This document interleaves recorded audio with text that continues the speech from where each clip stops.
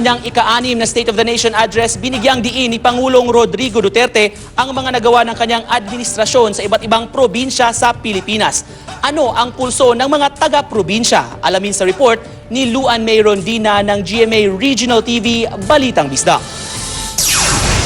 Nito lang buwan, nagsagawa ng inspeksyon si Pangulong Duterte sa bagong tayong passenger terminal building sa Clark International Airport. Layo ng latest state-of-the-art passenger terminal na mabawasan ang air traffic congestion sa NAIA at maging major gateway sa North at Central Luzon. Noong nakaraang taon, nakumpleto din ang ipinatayong Poro Point Freeport Zone Road sa La Union. To improve access to prime spots for investment tourism in the Poro Point area.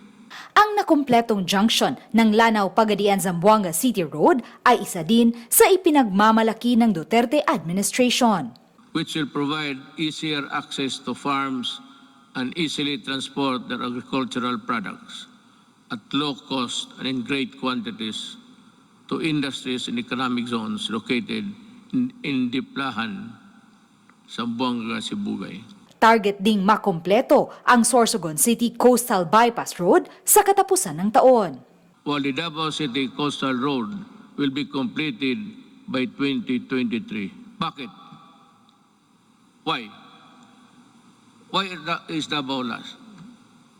Kasi sinabi ko sa kanila, unahin ninyo yung buong Pilipinas.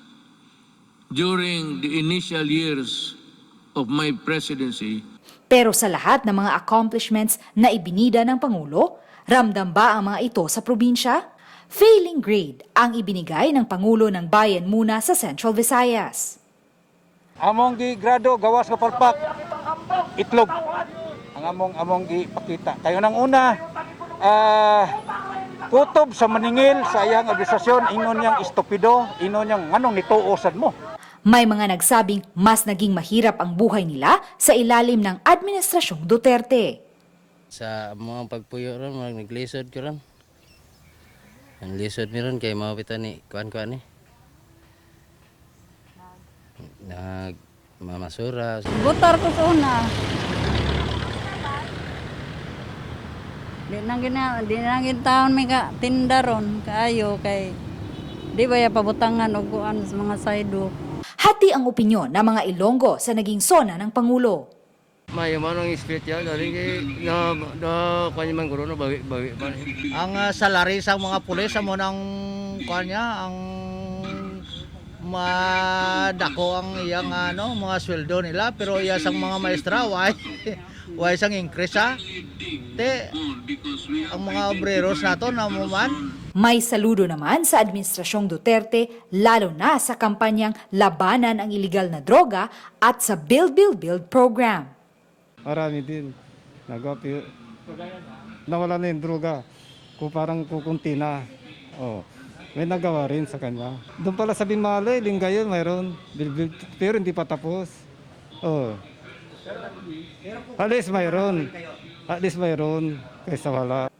Sa Hilaga at Gitnang Luzon, sinadya naman ni Mang Modesto na hindi makinig sa huling sona ng presidente. Dapat Tagalog para magkaintindihan buong Pilipinas. Maski na yung mababang pinag-aralan, maintindihan. Mga bata nga Tagalog na salita eh. Ay, talagang hindi ko pinapanood. Kahiga nga ako dito eh. Ako si Luan May Rondina para sa GMA Regional TV.